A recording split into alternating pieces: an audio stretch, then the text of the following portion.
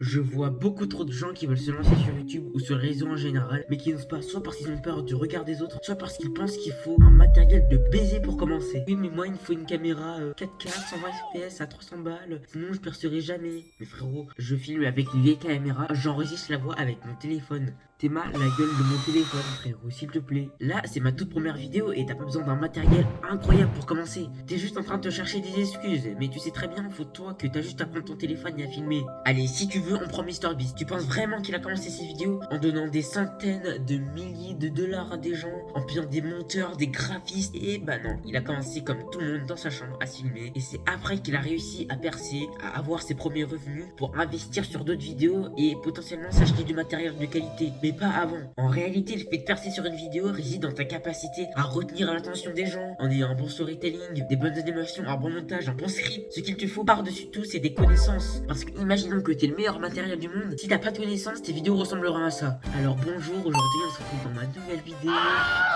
On va jouer à Minecraft avec des vidéos comme ça, même en ayant le meilleur matériel du monde. Tu vas faire 0 vues, YouTube ça va te saouler et tu finiras par abandonner juste après. Alors que si t'as du skill, tu feras peut-être des vidéos en 720p, mais au moins tu auras un sujet de vidéo intéressant, un script excellent, un montage excellent, et ce qui fait que le viewer aura des raisons de rester jusqu'à la fin de ta vidéo, de la liker et de s'abonner. C'est comme avoir un stylo, si tu sais pas écrire, ça sert à rien. Après, bien sûr, je dis pas de rester sur un matériel nul à chier toute sa vie. Si au cours de ton expérience c'est devenu bon en montage par exemple, et ben avec les revenus du montage vidéo, tu pourras t'acheter un nouveau PC par exemple. Et je dis juste que pour commencer YouTube, t'as pas besoin d'un matériel de ouf, tu vois. Alors si t'as jamais fait de vidéo de ta vie, je pense qu'il serait temps de prendre ton téléphone et de commencer à filmer si t'as envie de te lancer. Tu postes la vidéo et au pire elle sera nulle à chier, mais on s'en branle. Le plus important c'est de s'améliorer à chaque vidéo que tu postes. Tu peux regarder des vidéos de montage, de youtubeurs de la même niche que toi, ou même analyser des youtubeurs comme MrBeast par exemple. Comprendre comment ils retiennent l'attention de leur audience en analysant les moments où ils mettent des SFX, etc. Mais retiens une chose, le savoir vaut 1000 fois mieux que la connaissance. Et de toute façon, même si t'as un matériel de qualité, tu perceras jamais dès la première vidéo de ta chaîne. Mais un truc dont je suis sûr, c'est que si tu tryhard tes vidéos, même si elles font 0 vue, peux-tu jurer que tu feras minimum 1000 abonnés en moins d'un an. De mon côté, j'arrêterai jamais les vidéos avant de percer. Bien sûr, je continuerai de m'améliorer et on verra ce qui se passe.